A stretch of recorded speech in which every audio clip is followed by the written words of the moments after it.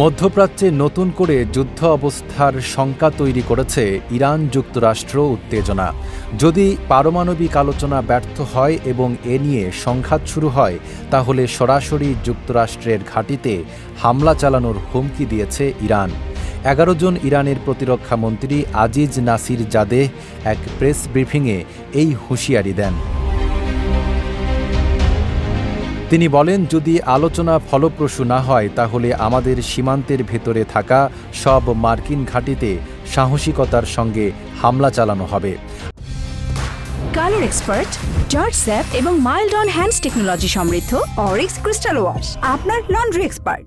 আগামী কয়েকদিনের মধ্যেই ইরান ও যুক্তরাষ্ট্রের মধ্যে পারমাণবিক চুক্তি নিয়ে ষষ্ঠ দফা আলোচনা অনুষ্ঠিত হওয়ার কথা রয়েছে। তার আগেই এমন সরাসরি হুমকির ভাষা ব্যবহার করল তেহরান।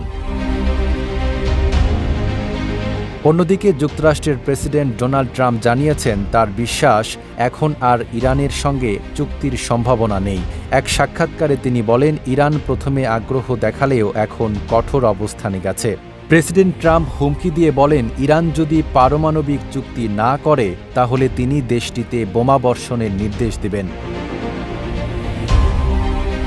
বর্তমানে পারমাণবিক চুক্তি নিয়ে দুই পক্ষের মধ্যে পাল্টাপাল্টি প্রস্তাব বিনিময় চলছে। যুক্তরাষ্ট্রের দেওয়া সর্বশেষ প্রস্তাব প্রত্যাখ্যান করেছে ইরান।